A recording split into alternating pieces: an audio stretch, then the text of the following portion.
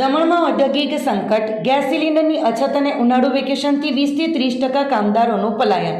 સુપ્રસિદ્ધ પ્રવાસન સ્થળ હોવાની સાથે પ્લાસ્ટિક ઉત્પાદનનું મુખ્ય હબ ગણાતા દમણના ઔદ્યોગિક વિસ્તાર પર હાલ ઈરાન યુદ્ધની આડઅસર અને ઉનાળુ વેકેશન એમ બેવડો માર પડી રહ્યો છે.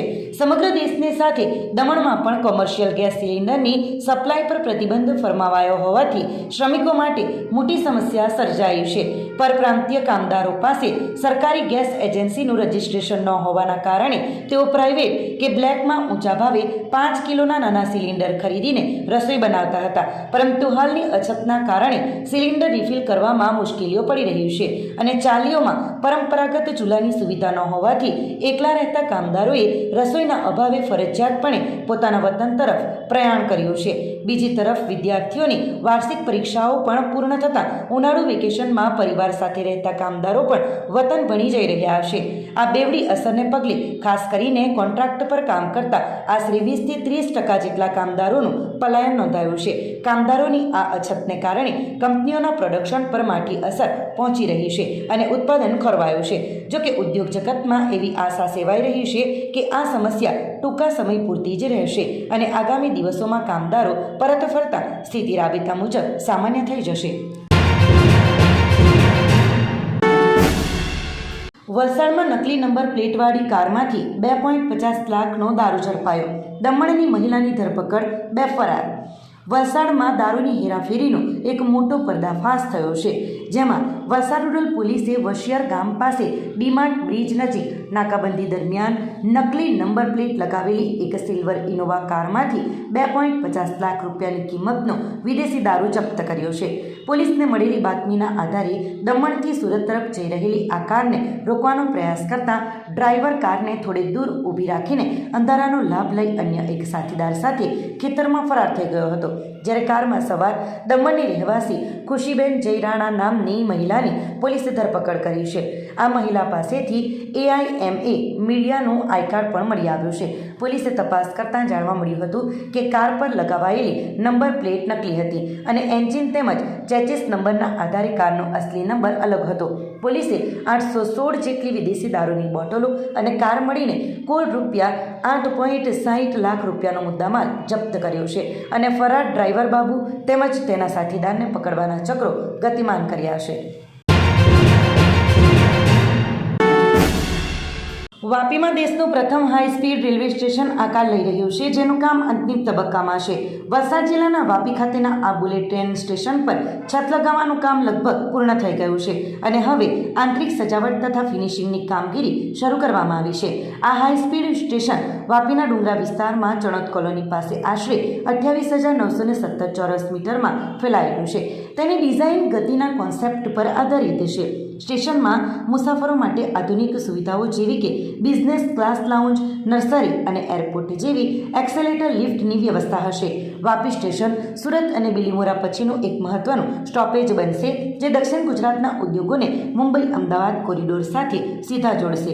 સંસદમાં રજૂ થયેલા તાજેતરના રિપોર્ટ અનુસાર મુંબઈ અમદાવાદ કોરિડોર પર ભારત નિર્મિત B-28 બુલેટ ટ્રેન દોડાવવાનો નિર્ણય લેવાયો છે. આ ટ્રેન ઓગસ્ટ 2027 સુધીમાં શરૂ થવાની અપેક્ષા છે અને તે શરૂઆતમાં 250 થી 280 કિલોમીટર પ્રતિ કલાકની ઝડપે દોડશે.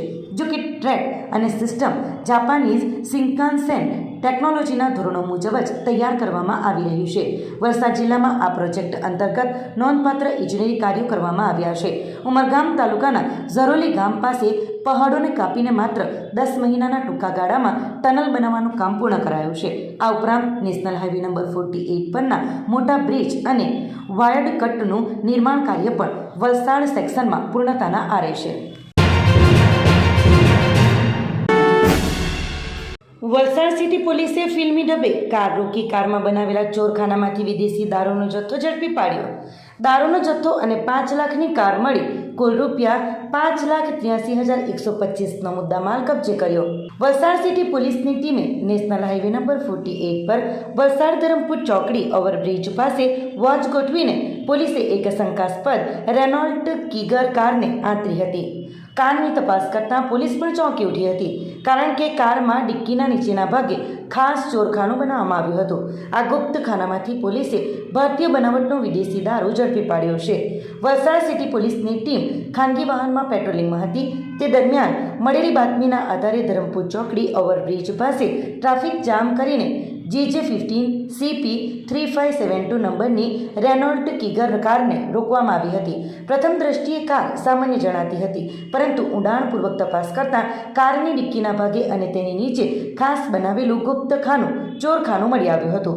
પોલીસે આ ખાનામાંથી કુલ 235 બોટલ વિદેશી દારૂ અને વિસ્કીનો જથ્થો જપ્ત કર્યો છે, જેમાં મેજિક મોમેન્ટ્સ અને રોયલ ચેલેન્જ જેવી બ્રાન્ડનો સમાવેશ થાય છે. આ દારૂની કુલ કિંમત 83,125 આંકવામાં આવી છે. પોલીસે સુરતના વરાછા વિસ્તારમાં રહેતા આરોપી ભરતભાઈ અમીરભાઈ ડાભીની ધરપકડ કરી છે. પૂછપરછમાં જાણવા મળ્યું છે કે આ દારૂનો જથ્થો સુરતના જ પ્રવીણભાઈ પાટીલ નામના વ્યક્તિએ ભરી આપ્યો હતો.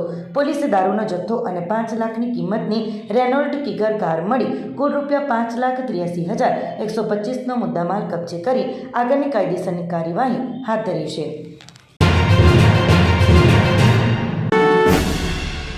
વલસાડના રોલાડુંગરી ખાતે KFCમાં ફૂડ વિભાગ દ્વારા તપાસ હાથ ધરાઈ ખાદ્ય સામગ્રી બરાબર રંધાઈ ન હોવાનો વિડીયો સોશિયલ મીડિયામાં વાયરલ થયો હતો.